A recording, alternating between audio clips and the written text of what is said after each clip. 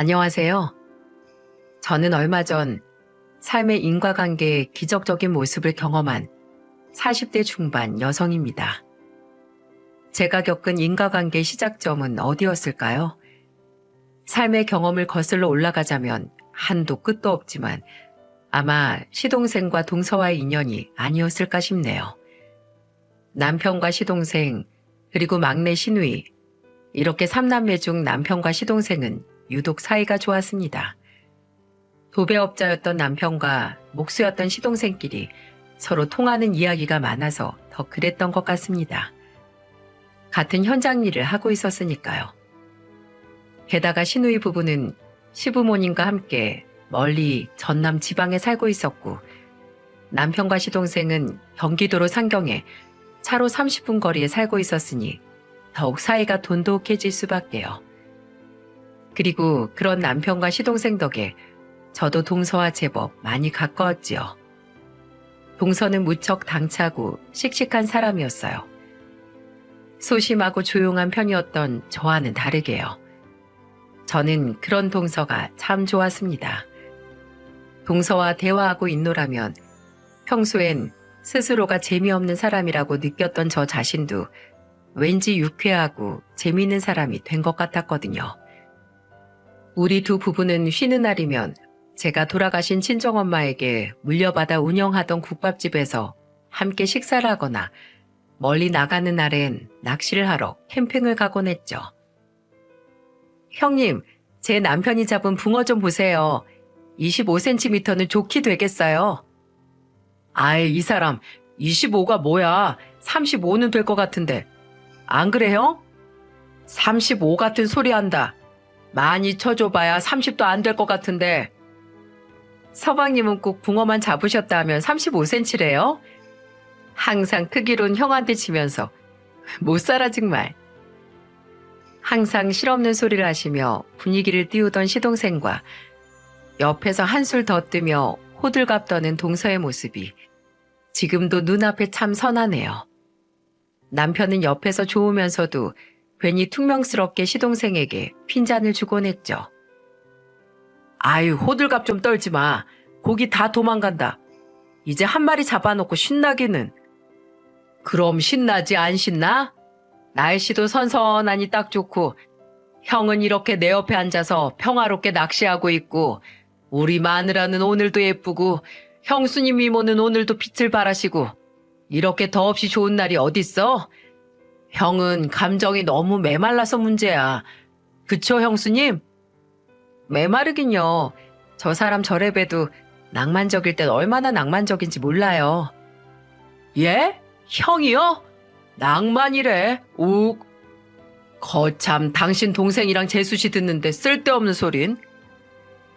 어머, 아주버님이 형님하고 둘만 계실 땐 완전 딴판이신가 봐요. 부러워라. 이 사람은 맨날 똑같거든요. 밖에서도 그저 장난, 집에서도 장난. 남편이 아니라 가끔은 다 큰 아들 같다니까요. 정작 우리 사이 애가 없어서 그런가? 자기가 애가 되려고 하는 건지 오히려 아주버님네 10살짜리 혜지가 훨씬 더 의젓하고 어른스러울걸요? 아이고 서방님, 졸지에 우리 딸보다 어린애 취급 받게 생겼네요.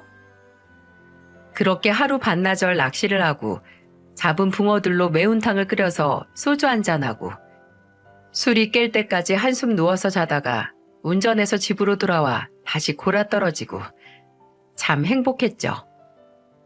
영원히 다시 돌아오지 않을 나날들인 걸 미리 알았더라면 그때 사진 한 장이라도 더, 추억 하나라도 더 남겼을 텐데 하는 아쉬움이 지금도 제 마음속엔 진하게 남아있네요. 왜 항상 불행은 좋은 사람들에게 먼저 생기는 것 같을까요?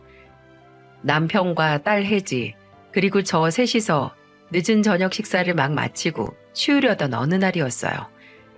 남편은 그날따라 일을 끝내고 나서도 뭔가 개운치 않아 괜히 현장을 몇 번이고 돌아보다 집에 늦게 왔다고 했었죠. 설거지를 하던 제 핸드폰 벨소리가 요란하게 울렸고 액정에 뜬 동서의 이름을 보고 대신 전화를 받은 남편의 얼굴은 점점 사색이 되었죠. 동서는 전화로 현장에서 일을 하던 시동생이 죽었다는 소식을 전해주었습니다. 현장에서 일하던 시동생이 발을 헛디뎌 추락한 후 즉사했다고요. 너무나 갑작스러운 비보였죠.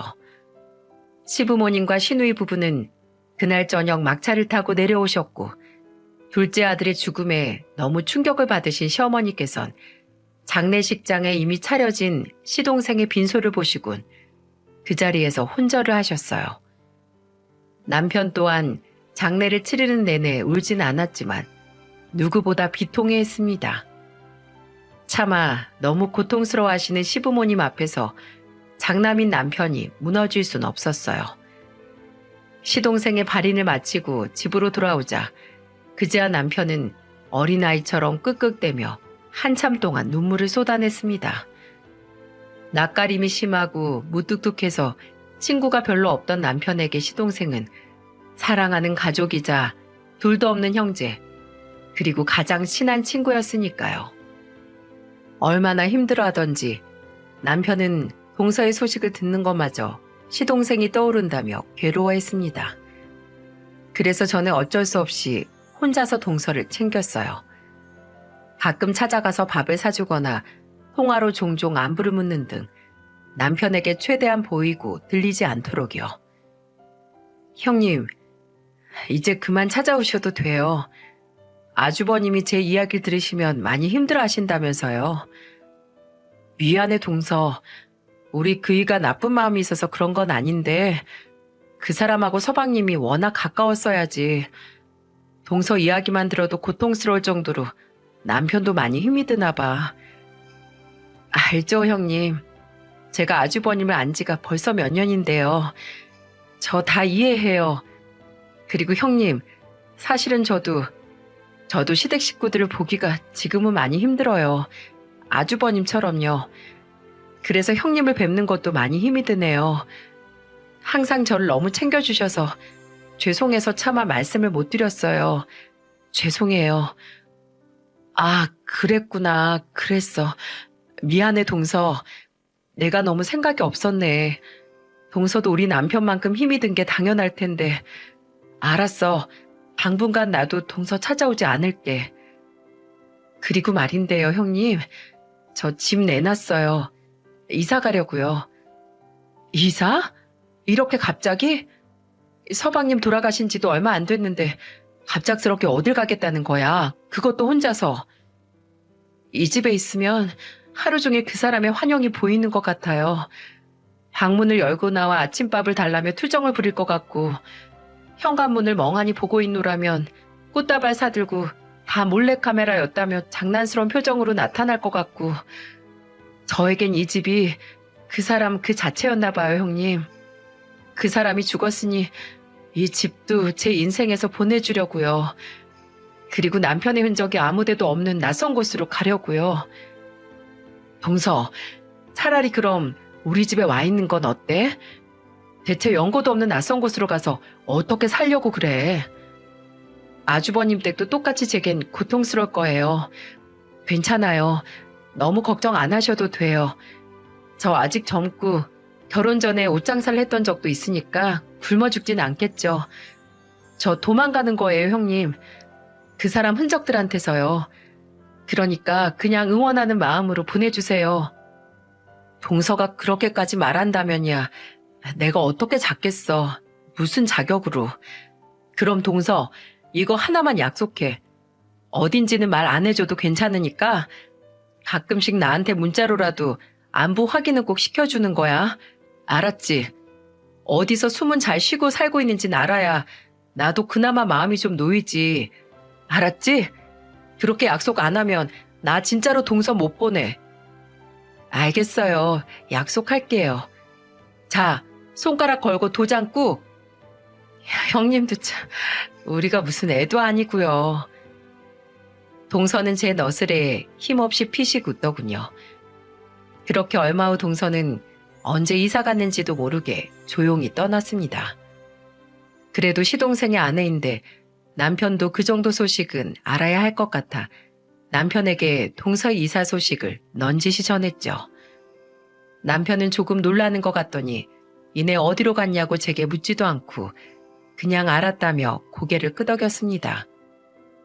그 후 동서는 약속대로 가끔씩 자기는 잘 지내고 있으니 걱정하지 말라는 문자를 남겼어요. 그렇게 문자가 오는 간격도 한 달에서 2달, 그리고 3달로 멀어지더니 언젠가부터는 그마저의 안부 문자도 끊겼죠. 나중에 뒤늦게야 동서에게 전화를 걸어봤지만 모르는 사람이 받더라고요. 자신이 이 번호로 바꾼 지 오래됐다고요. 그렇게 동서의 소식도 행방도 모른 채 야속한 시간은 흘렀습니다. 저와 남편도 시동생의 죽음을 잊으려 더욱 정신없이 일을 했고 거기다 딸 혜지까지 사춘기를 맞아 동서를 떠올리는 일은 점점 드물어졌어요. 그냥 한 번씩 문득 생각날 때면 씩씩했던 사람이니 어디서 잘 지내고 있겠지. 언젠가 동서도 괜찮아지면 먼저 연락을 하겠지 하고 애써 생각을 갈무리했죠. 그리고 어느덧 시동생이 죽은 지 8년이라는 시간이 지나 당시 10살이었던 혜지가 벌써 18살의 끄트머리가 되었죠. 당시 저희 집 가게 사정은 많이 기울어져 있었어요. 제 국밥집이 있는 상권에 프랜차이즈 식당들이 점차 들어서며 단골을 제외한 일반 손님들이 줄기 시작했고 도배업자인 남편의 일 또한 많이 줄어들었죠. 남편의 주 수입원은 신축 빌라들을 도배하는 일이었는데 남편과 자주 일하던 현장 소장이 언젠가부터 남편에게 자꾸 함께 작당하여 건축주를 속여 뒷주머니를 챙기자고 회유를 했거든요. 워낙에 대쪽 같은 남편은 그런 소장의 제안을 계속해서 거절했고요. 그 이후 현장 소장은 남편에게 앙심을 품었던 모양입니다. 아니면 남편이 다른 건축주나 건설사에게 현장 소장의 실체를 퍼뜨리고 다닐 거라 생각해 견제를 한 걸지도요. 아무튼 남편을 자주 부르던 그 현장 소장은 더 이상 남편에게 도배공사 일을 맡기지 않았고 동종업계 주변인들한테도 남편에 대한 소문을 안 좋게 낸 모양이더라고요. 결국 남편은 큰 공사는 거의 맡지 못한 채 근근히 들어오는 리모델링 일이나 이삿집 도배로 가게를 겨우겨우 유지만 하게 됐습니다. 게다가 곧 고3이 되는 혜지가 하필 미술의 재능을 보여 시작한 입시 미술이라는 게 보통 돈이 들어가는 게 아니더군요. 남편의 일과 제 장사는 점점 안 되고 혜지 입시에 들어가는 돈은 한 달에 100만 원은 기본으로 들어가니 점점 생활이 버거워졌습니다. 그래도 적어도 돈 때문에 우리 혜지의 앞날을 막지 말자, 혜지 대학 갈 때까지만 버티자 하는 마음으로 악착같이 버텼죠. 방 3개짜리 아파트에서 방 2개짜리 오래된 빌라로 이사를 하면서도요. 그러던 어느 날 유독 장대비가 쏟아지던 날이었어요. 가뜩이나 장사가 잘 안 되는데 비까지 그렇게 오니 저녁 시간인데도 손님 한 명 들어오지 않았죠. 미리 준비해 놓은 오늘치 재료들은 또 어쩌나 하고 걱정을 하던 와중 낡은 가게 미닫이 문이 드르륵 하고 열리더군요. 저는 어느 고마운 손님이 이 빗속을 뚫고 와주었나 싶어 환한 표정으로 손님을 맞이했습니다. 어찌나 비가 세차게 내렸던지 분명 우산을 쓰고 왔는데도 손님의 몸과 머리카락은 홀딱 젖어 있더라고요. 손님이 우산을 젓고 숙였던 고개를 든 순간 저는 저도 모르게 들고 있던 쟁반을 떨어뜨리고 말았습니다. 그 손님은 제가 무려 8년 동안 가슴에 묻고 살아온, 떠오를 때마다 마음이 아려왔던 사람, 바로 사라졌던 동서였어요. 동서? 오랜만이에요, 형님.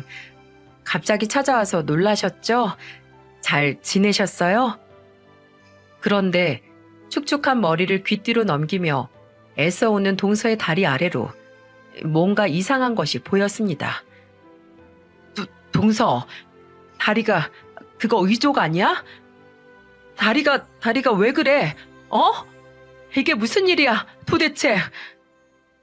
글쎄, 비에 젖어 달라붙은 동서의 긴 치마 아래로 보인 오른쪽 다리에 의족이 달려있는 게 아니겠어요? 얘기하자면 사정이 좀 기네요. 도대체 무슨 사정이... 아니, 아니, 내 정신 좀 봐. 동서, 여기 앉아, 얼른. 밥은 먹었어? 아직 저녁 안 먹었지? 기다려봐. 내가 국밥 한 그릇 얼른 내다 줄게. 저는 의자를 잡아당겨 동서를 앉히고는 불이 났게 주방으로 들어가 공깃밥 하나와 국밥 한 그릇을 담아들고 나왔습니다. 감사해요. 감사해요, 형님. 잘 먹을게요. 짧은 감사 인사를 마친 동서는 곧이어 다급히 숟가락질을 하기 시작했어요. 동서는 마치 며칠을 굶은 사람처럼 허겁지겁 식사를 하더군요. 그러고 보니 볼도 움푹 팬 것이 동서는 예전보다 아주 많이 말라 있었습니다. 얼마 되지 않아 식사를 마친 동서는 그제 아무 말도 없이 그릇에 코를 박고 밥을 먹은 게 민망했던지 죄송하다며 제 눈치를 봤죠. 제가 너무 배가 고팠어가지고요. 너무 개걸스러웠죠? 개걸스럽긴 복스러워 보이기만 하더라. 모자르면 더 줄까?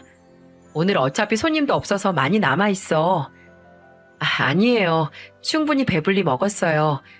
형님네 국밥은 오랜만에 먹었는데도 참 맛있네요. 예전 그대로예요. 꼭 다시 먹고 싶었는데 형님 국밥 좋네요. 좋긴 이 매정한 사람아. 그렇게 번호까지 싹 바꾸고 사라지면 내가 얼마나 걱정할진 생각 안 해봤어? 도대체 왜 갑자기 연락을 끊은 거야? 다리는 또 왜 그렇고 얼굴은 또 왜 이렇게 말랐어? 속상하게. 동서의 몰골을 차근차근 뜯어보니 볼수록 말이 아니더라고요. 항상 자신만만하게 반짝이던 눈동자엔 총기가 사라져 있었고 뭐가 그리도 불안한지 겁먹은 표정으로 자꾸 등 뒤의 문을 흘끔거리는 게 정말 예전의 그 씩씩한 동서의 모습은 찾아볼 수가 없었죠. 저는 결국 너무 속상한 나머지 눈물을 내비치고 말았습니다. 동서는 왜 우시냐며 깜짝 놀라더니 이내 제게 미안한 표정을 짓더군요. 괜히 제가 이런 몰골로 찾아와서 형님 속만 상하게 했나 봐요. 죄송해요. 동선 아까부터 뭐가 그렇게 죄송해. 죄송하려면 마음대로 나한테 연락 끊는 거나 죄송해. 아까부터 내가 묻는 말엔 하나도 대답을 안 하고. 그러지 말고 나한테 얘기해봐. 연락을 끊었다가 이렇게 갑자기 찾아올 정도면 나한테 할 말이라도 있어서 왔을 거 아니야. 안 그래? 저의 최근에 동서는 잠시 머뭇거리더니 겨우 결심이 선 표정으로 입을 열더군요. 형님, 저 5천만 원만 어떻게 빌려주실 수 없을까요? 뭐? 갑자기 5천만 원을? 그 큰 돈은 갑자기 왜? 그게 사실은요.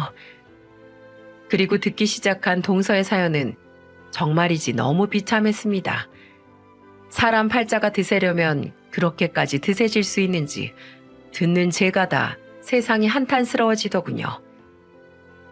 8년 전에 남편과 결혼할 때 집을 구하며 받았던 대출을 전부 갚고 충남 쪽으로 이사를 갔었어요. 제가 남편이랑 여행으로라도 가보지 않은 데가 거기뿐이더라고요. 그리고 대출금을 전부 갚고 나니까 남은 돈이 별로 없어서 노점으로 옷장사를 시작했어요. 다행히 장사가 그럭저럭 돼서 한 3년을 돈을 모으니까 좁더라도 작은 매장을 차릴 보증금은 모을 수 있더라고요.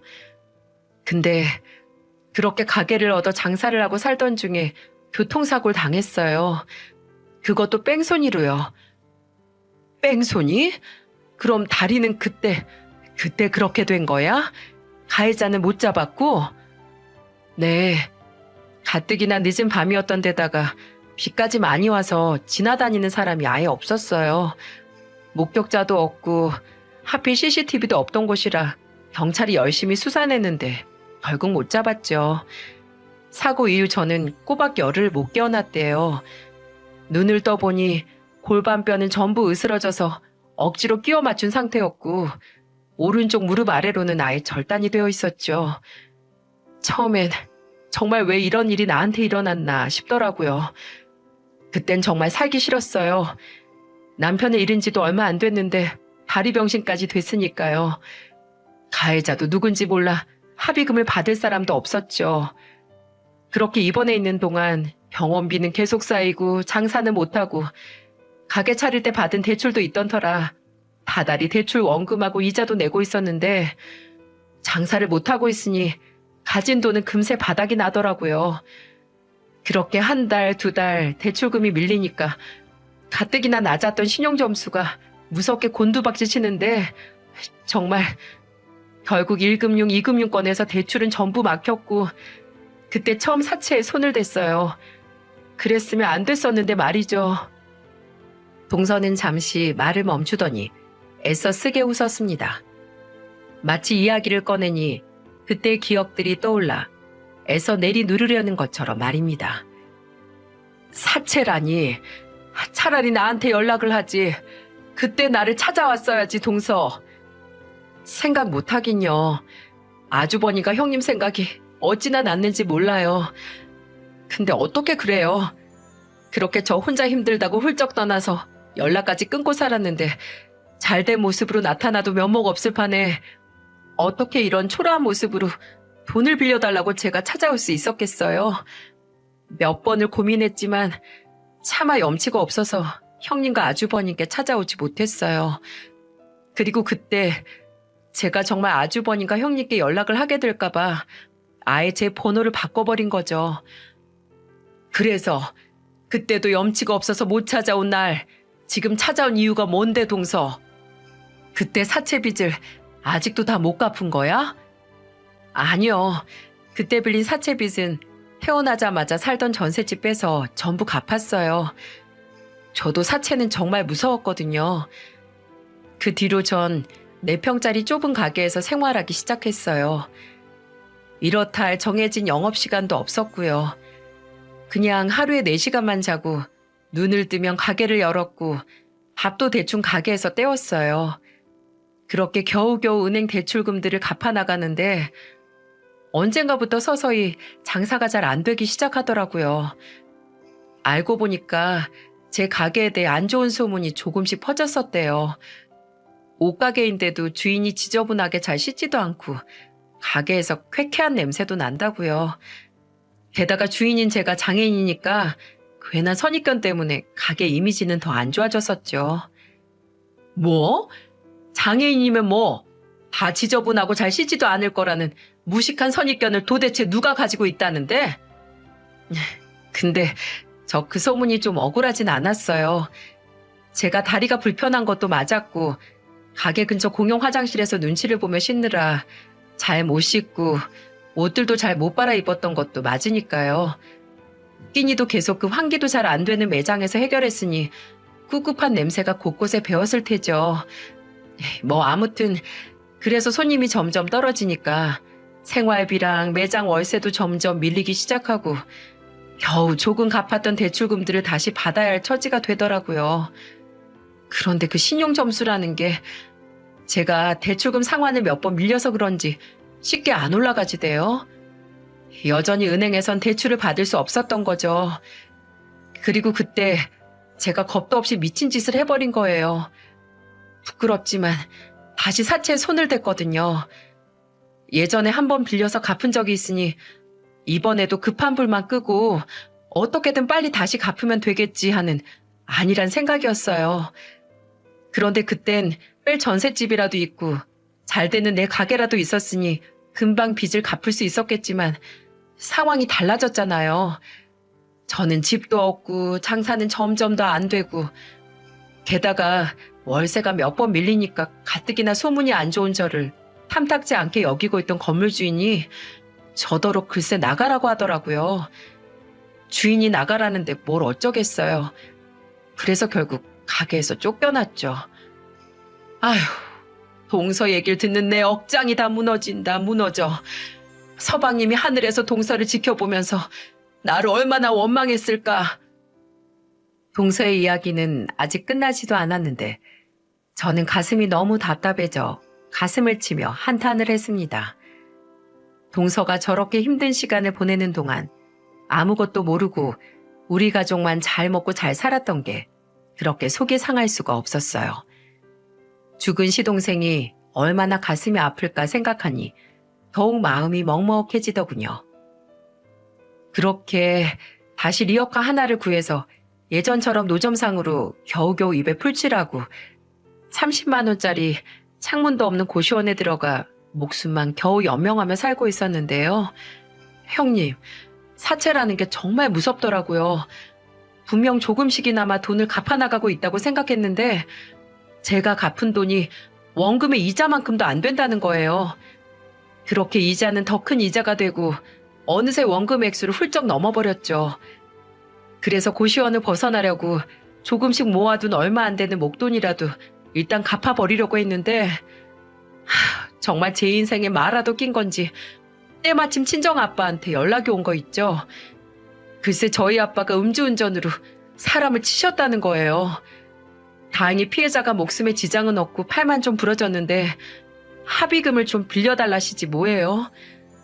평소엔 거의 없는 자식처럼 소식도 없으셨던 분이요. 아니, 동서 아버님이? 아휴, 정말 형님이 들으셔도 참 답이 없는 상황이죠. 에휴, 저도 정말이지 한숨밖에 안 나오더라고요. 근데 그때 그냥 갑자기 제가 뺑소니 당했던 일이 생각나는 거예요. 가해자가 누군지 몰라 온전히 제 스스로 그 많은 병원비를 다 해결해 했던 그때가요. 사실 제 사정도 너무 힘들어서 아빠를 모른 척 하고 싶었는데 피해자는 응당 보상을 받아야 하는 거잖아요. 그 피해자가 저처럼 막막한 처지에 놓여있을 사람인 줄 혹시 알아요? 그쵸? 저는 아빠가 아니라 누구인지도 모르는 그 피해자를 모른 척 할 수가 없더라고요. 그래서 보내줬어요. 모아놨던 돈 전부요. 저 참 한심하죠, 형님. 당장 제가 접시물에 코 박고 죽을 판인데 생판 남을 위해서 그 큰 돈을 아빠한테 보냈다는 게요. 그 뒤엔 뭐 저에게 받아낼 돈이 아예 없다는 거란 그 대부업체 사장이 사람들을 시켜 저를 괴롭히기 시작했어요.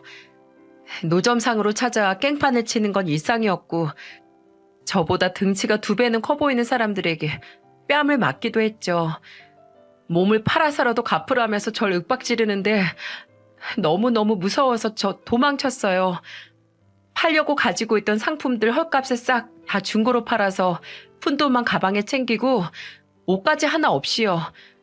혹시 큰 가방이라도 가지고 나오면 그 사람들이 제가 도망가는 걸 눈치챌까봐 이 작은 가방 하나 가지고 무작정 여기로 왔어요, 형님. 어떻게 하늘이 이렇게 한 사람에게 잔인해질 수 있을까요? 이 모든 일이 어떻게 동서에게만 전부 일어날 수 있었냐는 말입니다. 참 하늘도 무심하시죠. 이야기를 마친 동서는 결국 그동안 참았던 눈물을 뚝뚝 떨구더군요. 저는 그런 동서의 옆자리로 가 가늘게 떨리는 동서의 어깨를 감싸 안아주었습니다. 괜찮아. 소리내서 울어도 돼, 동서. 서방님도 없이 혼자서 그 낯선 타지에서 그 무서운 일들을 겪느라 얼마나 힘들었겠어. 동서가 이렇게 힘든 줄 모르고 나 혼자 뜨신 밥 먹고 살았으니 이 죄를 어떻게 다 갚을까. 나중에 죽어서 서방님은 또 무슨 낯으로 만나겠어.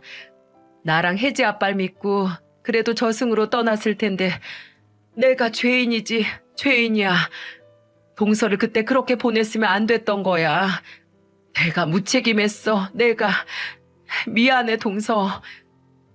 아니에요, 형님. 형님이 왜 저한테 사과를 하세요. 그러지 마세요.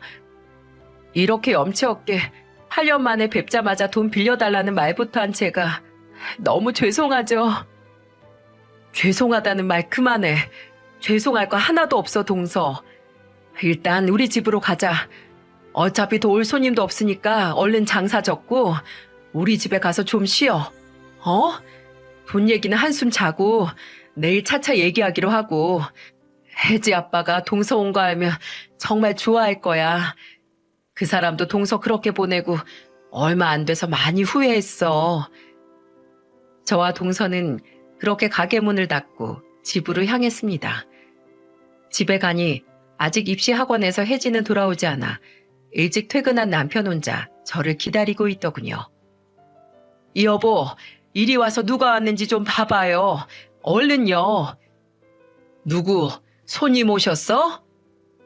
아니, 재수 씨. 재수 씨 이게 얼마만이에요?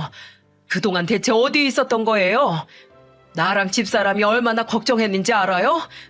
얼른 들어와요. 몸은 왜 홀딱 젖어 있어? 아니, 재수 씨 다리가... 일단 들어가요, 여보. 내가 이따가 다 이야기해 줄게요. 일단 동서부터 좀 쉬게 해요. 평소 늘 무표정이었던 남편도 그날은 놀라고 당황한 표정을 숨기지 못했죠. 저는 그런 남편에게 우선 아무 말 말라는 눈짓을 보내고는 동서에게 갈아입을 옷과 수건을 쥐어주고 욕실로 들여보냈습니다. 그리고 동서가 씻는 사이 남편에게 자초지종을 이야기해 주었죠. 이야기를 전부 들은 남편의 표정이 점차 일그러지더니 이내 바닥에 스르르 주저앉아 가슴을 치며 오열하기 시작했습니다. 아이고, 아이고. 그새 씻고 나온 동서는 그런 남편을 발견하더니 막 씻은 얼굴이 다시 눈물로 뒤덮이더군요. 남편과 동서가 그렇게 펑펑 울어대니 저 또한 다시 눈물이 줄줄 흘러내렸죠. 용훈아, 내가 미안하다. 내가 내 아픔 먼저 챙기겠다고 재수실 저렇게 내버려 두고 저렇게 혼자 고생스러웠는지도 모르고 내가 재수씨 미안해요. 이 죄를 내가 다 어떻게 갚죠? 다리는 얼마나 아팠을까? 얼마나 서러웠을까?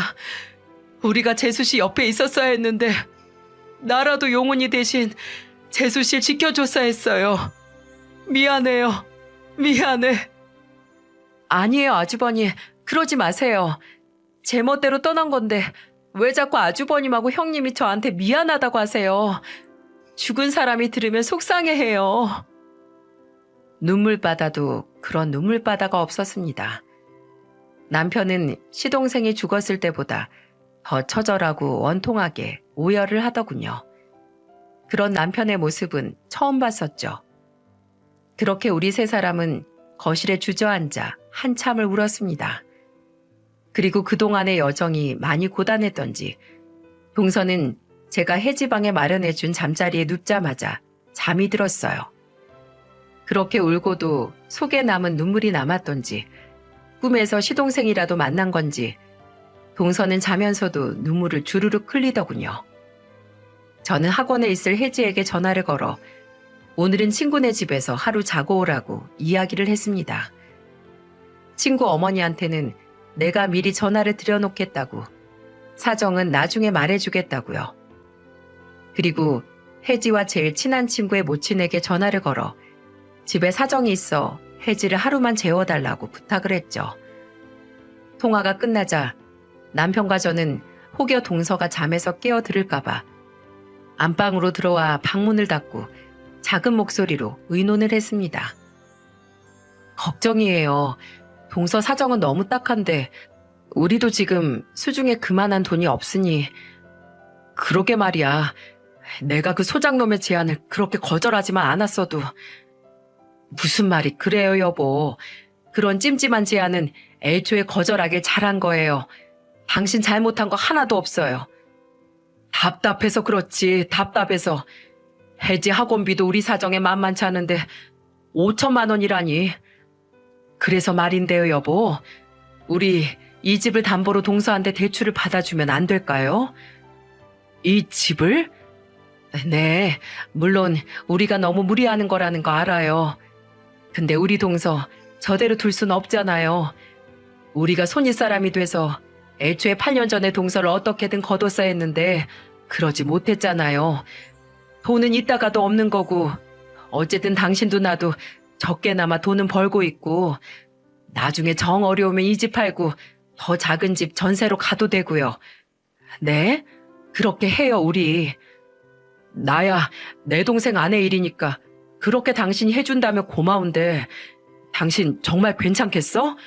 한두 푼도 아니고 5천만 원이야. 재수 씨가 언제 돌려줄지도 알 수 없는 일이고.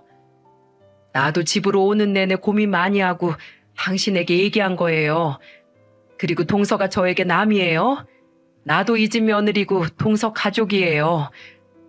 고마워, 혜지 엄마. 내가 전생에 무슨 좋은 일을 해서 당신 같은 여자를 만났을까? 그런 말 오랜만에 들으니까 좋네요. 자주 좀 해줘요.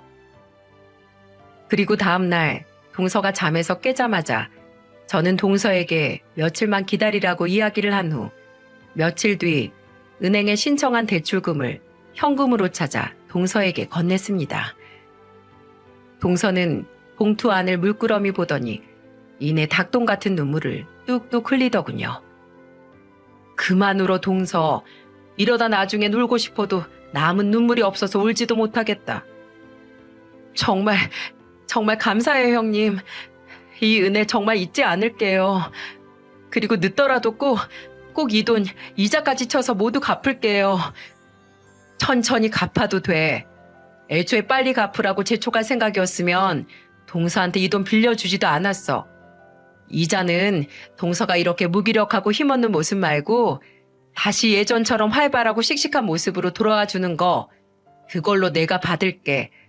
그러니까 이 돈 다 갚고 앞으로 사채 쪽엔 얼씬도 하지 말고 우리 같이 힘내서 사는 거야. 어? 네, 형님. 조만간 금방 연락드릴게요. 이번에 꼭 금방이요. 동서는 그렇게 다시 자신이 지내던 지방으로 돈을 들고 돌아갔습니다.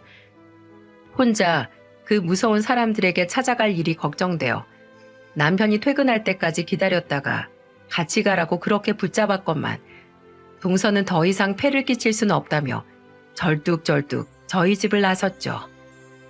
그렇게 일주일 그리고 한 달이 지나도록 동서에게선 연락이 오지 않았어요.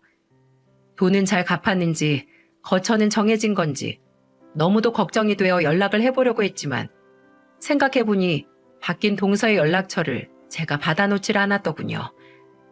뒤늦게 왜 그 중요한 걸 까먹었을까 하며 스스로를 자책했지만 어쩌겠어요.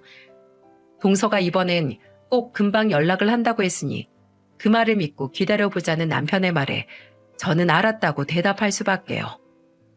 그렇게 동서에게 연락이 다시 두절된 지 한 달이 지난 어느 날이었어요.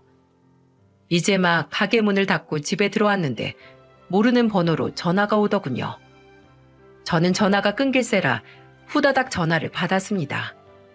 혹시 동서일까 싶어서요. 그리고 그 전화는 그토록 기다리던 전화가 맞았습니다. 바로 동서였어요. 여보세요?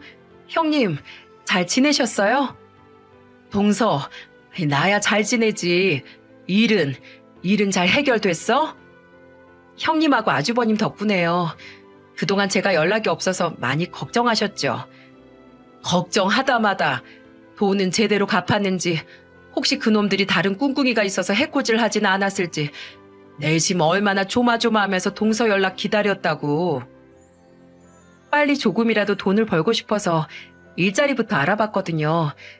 근데 제가 잠깐 떠나 있던 사이에 그놈들이 이자라며 리어카도 가져가 버리고 어차피 팔아야 할 상품들도 그때 다 헐값에 팔아버렸다고 했잖아요.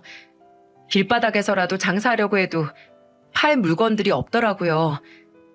다리도 이래서 식당들도 절 써준다는 데가 없고요.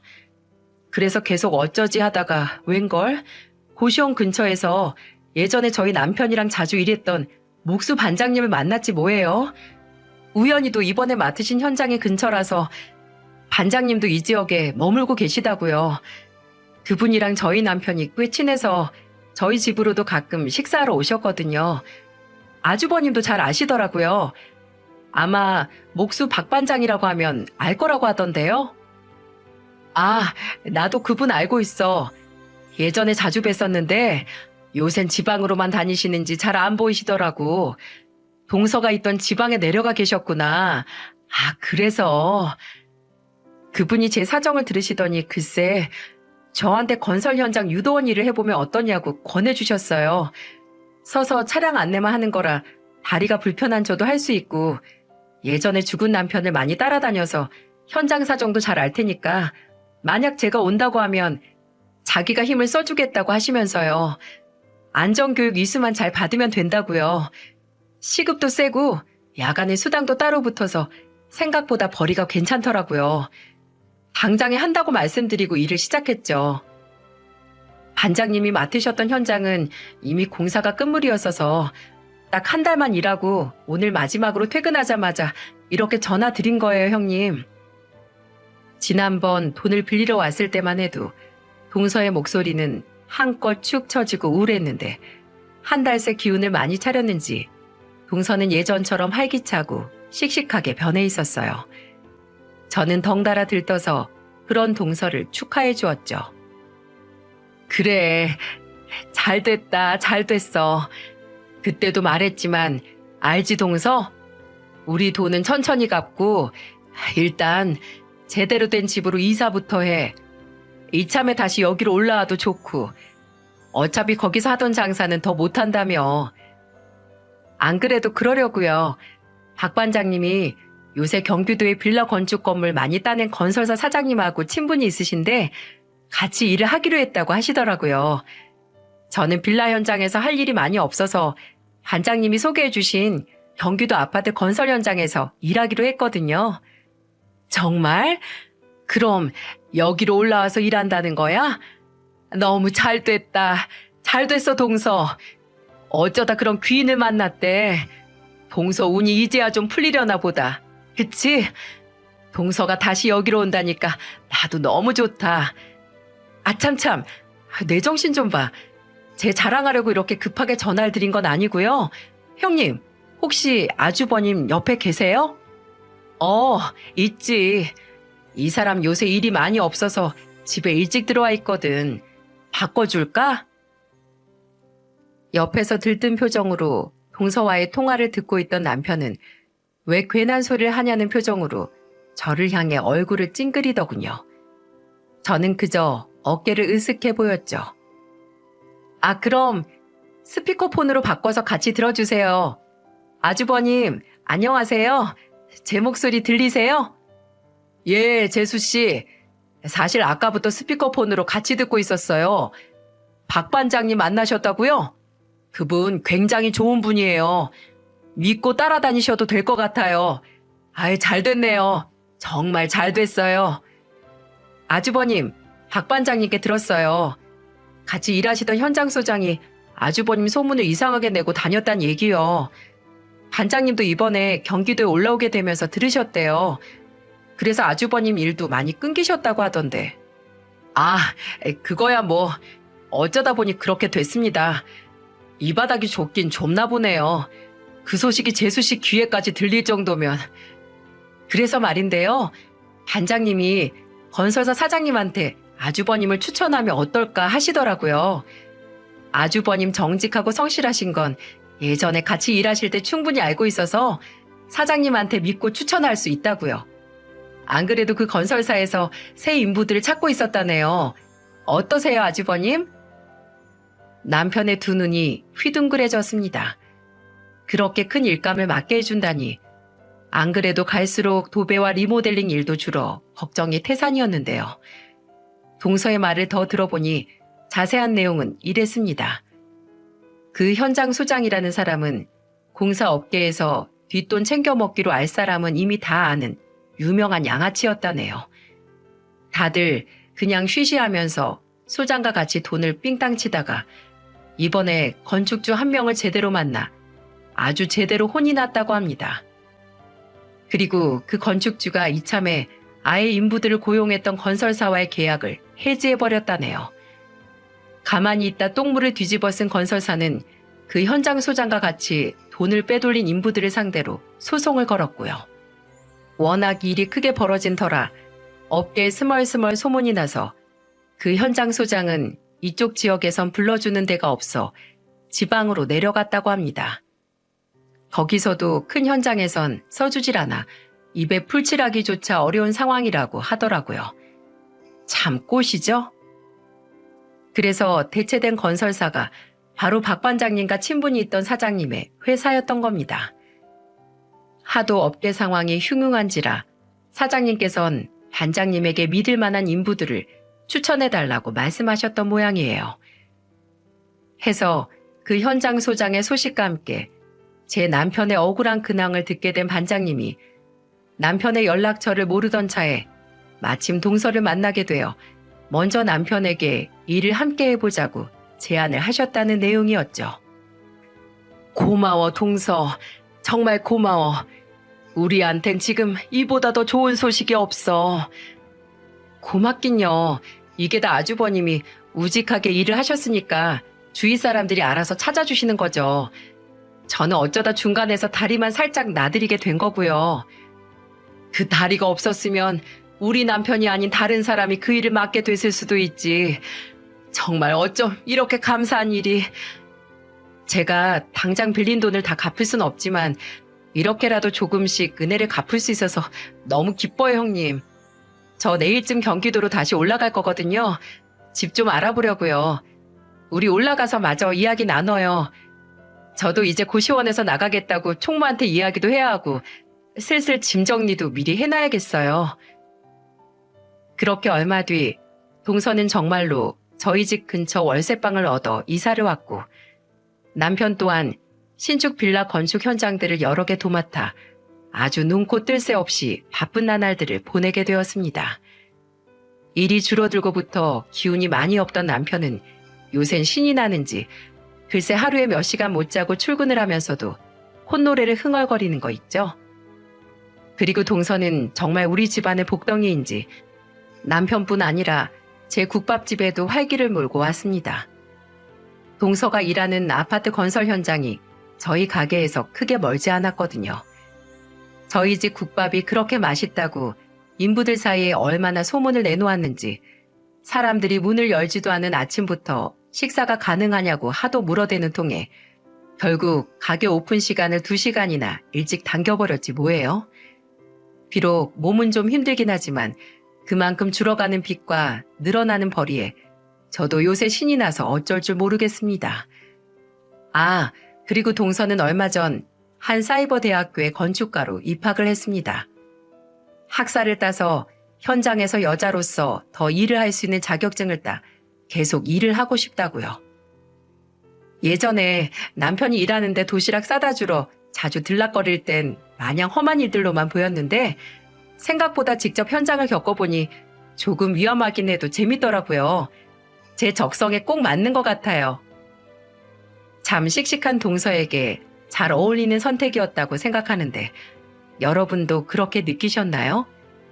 다시 기운을 찾은 동서는 굉장히 주체적으로 자기 인생을 개척해 나가며 불편한 다리 따윈 아랑곳하지 않고 당차게 삶을 걸어가고 있습니다. 아, 그리고 마지막으로 제 딸 혜지가 그렇게 열심히 노력하더니 결국 얼마 전 원했던 대학에 합격을 했어요. 실기 전형 결과를 남편과 저 그리고 동서까지 다 같이 모여서 확인할 땐 정말 어찌나 떨리던지요.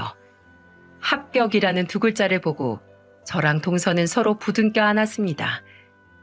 혜지는 합격한 건 나인데 왜 작은 엄마랑 둘이 껴안냐며 입을 삐죽거렸고 남편은 대신 자기가 안아주겠다며 혜지를 번쩍 안아올렸죠. 그날은 정말 오랜만에 다 같이 소고기집으로 가 거하게 외식을 했었네요. 저희는 아직 약간의 빚이 남아있고 동서까지 셋이서 열심히 갚아나가고 있지만 전 빚이 없던 예전보다 지금이 훨씬 행복합니다. 좋은 사람을 곁에 둔 사람은 가진 게 없어도 행복해 보인다죠?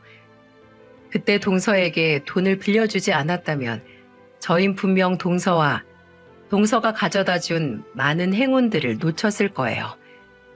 그렇다고 오롯이 그것 때문에 이 모든 행운들이 우리에게 무더기로 찾아왔다곤 여기지 않기로 했어요. 어려울 때 결국 내게 힘이 되는 건 바로 자신이 살아온 모습 자체라고 하잖아요. 우리 모두 평생을 선하고 바르게 살아오려 노력했기 때문에 지금 이 순간 이렇게 행복이 찾아온 게 아닌가 싶습니다. 이 사연을 들어주신 여러분 모두 언젠가는 저처럼 삶의 긍정적인 인과관계를 맞닥뜨리는 순간 자기 자신에게 크게 칭찬해 주세요. 아, 나 여태껏 참 잘 살아왔다 하고요. 감사합니다.